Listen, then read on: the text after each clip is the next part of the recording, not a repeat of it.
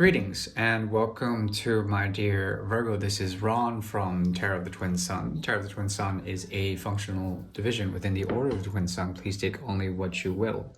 This is a reading for the sixth house. The sixth house is the path of initiation towards affiliation, sodality, paternity, priesthoods. It also has to do with obstacles, blocks in terms of your own resources. It has to do with criticism, the mirror, the ability to see oneself or see others and use psychological understanding, behavioralistic categorical or critical sort of approaches of essentially understanding the abstraction of the 12th house. This has to do also with the type of mysticism that requires withdrawal and also the cenobitic lifestyle. That is the life of a monk in a monastery or the life of a nun in a monastery. This has to do with daily ritual. It has to do with essentially coming clear with your method, okay? When it comes to your approach towards grounded forms of the analytical mind. And that is what I'm seeing in terms of the sixth house. We'll go ahead and move into a reading for the auspice of Mercury. Okay, Mercury is the mind. It also is the capacity to be conduit, okay, of some form of manifestation in this reality, wherein it is imbued with perfection. The idea of cleanliness or perhaps even godliness is here. And because of such, it could never be attained. That's the trick about this. Because as the hermit progresses in a form of almost self-flagellation, age sets in and wisdom comes with it at a cost with age. So the passage of time is really important to note through the sixth house. It also is the end of the self, Now, when it comes to the element of earth, the sixth house has to do with mutability.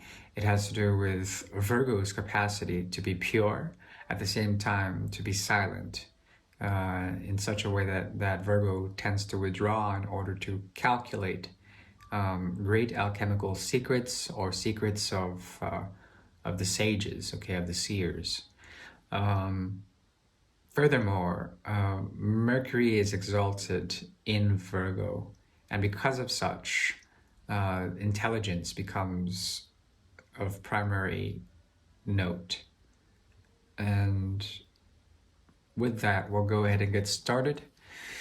So apologies for the delay. This is a reading for May in 2023. Hopefully you do find resonance if you do keep it secret and keep it within your own practice, whatever that is. So we'll look into karma and then we'll move swiftly into the Great Merit, which is a tool devised by the Order of Twin Sun to see particular karmic effects, let's say. Right now we're going to karma, and let's see what we pull up here.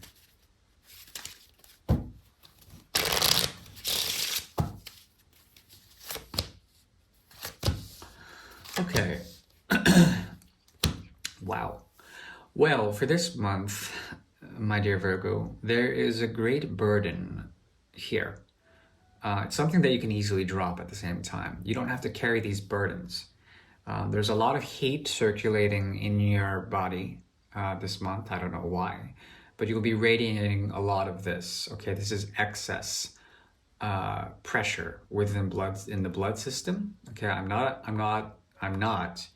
a medical astrologer, but what I see in the cards here is essentially the intuitive capacity that you may be pushing too much in terms of aerobics of the aerobics of spirituality. Let's just call it that. And if the burden is too much, perhaps you should let it go. That's the quandary here. I think in the past you made a choice to follow your gut feeling. When it comes to something that has to do with action, doing something. Now you can either drop it or carry it as a burden, that choice. What this is leading to is actually a rite of passage. You will be noticed You will also be seen. At the same time, it's not something you want. You don't seek it out. Um, what is showing up here is essentially it's an 88 portal, um, and this is still within something of a concept of research that I'm looking into. But I do believe this has to do with the ability for the fleur de lis to emerge. Okay, and what the fleur-de-lis, at least to my knowledge, is well, kind of like the flower of life. This has to do with the ability to bloom when it comes to truth, your higher truth, your higher truth. Okay, this requires two types of concentration between two different realities and bringing them forth into a nodal axis that crosses between multiple dimensions.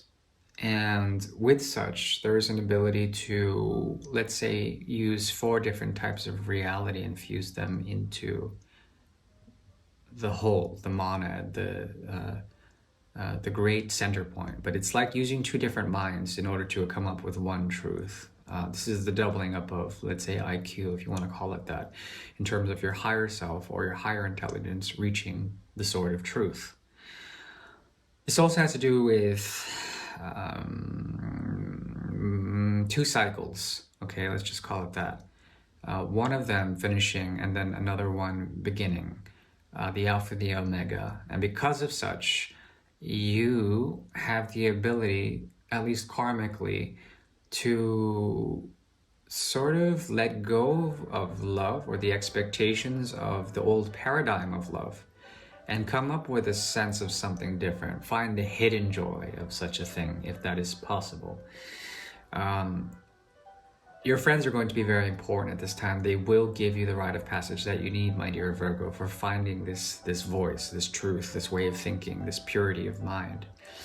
But it may be laced with a type of regret sequence, okay? As if you had to let something go in order to see who your true friends are, at least for the month of May. So ultimately, you were hit in terms of your plexus to understand some sort of intuitive empowerment and to go with it. You made the choice, and essentially now it's heavy. Okay, in the month of May, you will be recognized for this. At the same time, you don't seek the recognition. All you need is clarity of mind. Okay, through the 88. And if you're dealing with 1 or 2 choices, it's going to be you coming either into empower yourself with stability and experience, or you to become a powerhouse when it comes to your truth, standing by your truth, knowing your truth. So it's like cutting off one thing in order to find stability. The other one is like using your higher intelligence to come up with pure vision, to also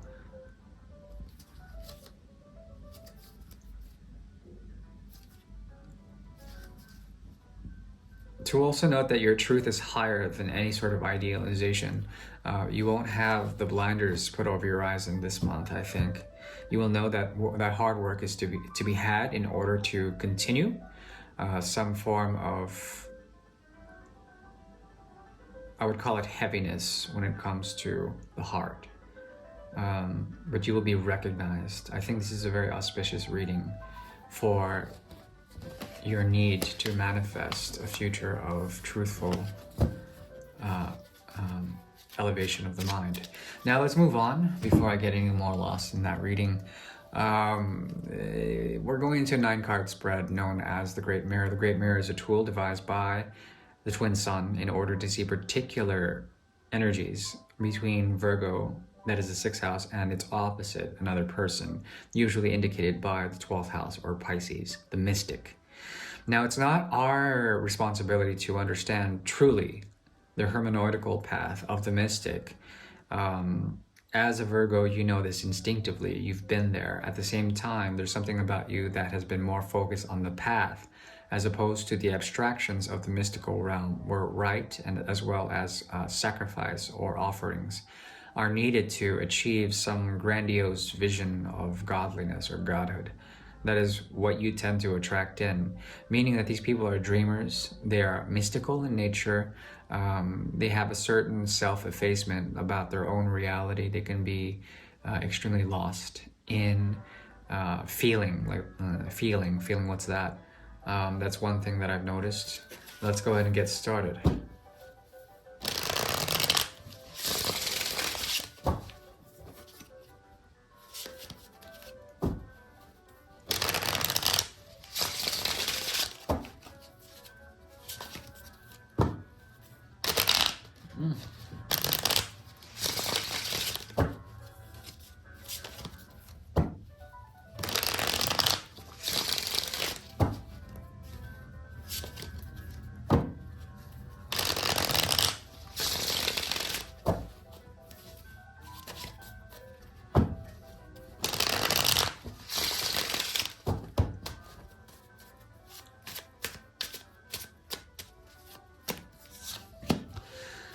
Oh, joy. Well, well. You're dealing with someone who can be prudish, spendthrift, with their time, with the way they approach the situation. There's something about them that cannot commit. I don't know why. It's as if they want to be told differently. They're kind of foolhardy in this respect, meaning that they know it's possible, they know they have to find grounding, yet they don't have it at the time. Because of such, the dispute intestin shows up. It's basically the eight of rods in the reverse. Okay. Something about this person is seeking for the right thing to do, yet they are impatient with it. And that's where they want to be. They actually want to take the nervous energy of anxiety and fear and make it for them a symbol of their, let's call it, unhealthiness. Okay, because of such, their pentacle rotates. Their round rotates. There's something about the movement that they do in terms of their outer world that causes instability in general. Okay, this is like bad forms of control, bad forms of empowerment, instability in it. Okay, hoardiness, like the need to hold their own resources. They're not very generous. At the same time, if they give you something, it's funny because like it will lead to something that is tied to the Eight of Cups. Okay, now the Eight of Cups is when two people who are disinterested are gifted with some form of universal love for each other. It also has to do with, I would say, the challenge in that. There's something about this that leads to the 10. Whomever you're dealing with, you have to be careful because they're kind of dry or they're swimming in a place that they shouldn't be, one or the other. And because of such, they're in the deep end. And because of such, they're motivated by emotions that makes them feel unstable. And because of such, you may offer more to them than they deserve. We have here the possibility to heal through the cosmic flame of red, the cosmic flame of sacrifice, in order to bring forward the Two of Cups on your side. What this points to is the 12th house for one thing, the 10th house for another. The difference being the two houses away from each other. Because of such, on a conscious level, things may be interesting in terms of finding a way to work with another person or work between two different agencies and finding a sort of nodal point, a crisis point, in order to find stability. And this is something that this person instinctively knows. They don't show it, but they offer that. And they're not entirely bad, they're not entirely good.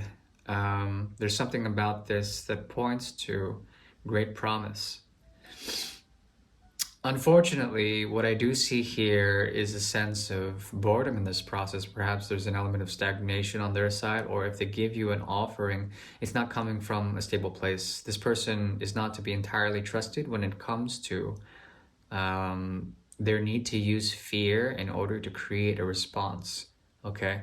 This is not very good energy for information, finding information on this person. They could misinform you in some sort of way. The idea here is to promote a sense of fear because they are not stable. They are not stable.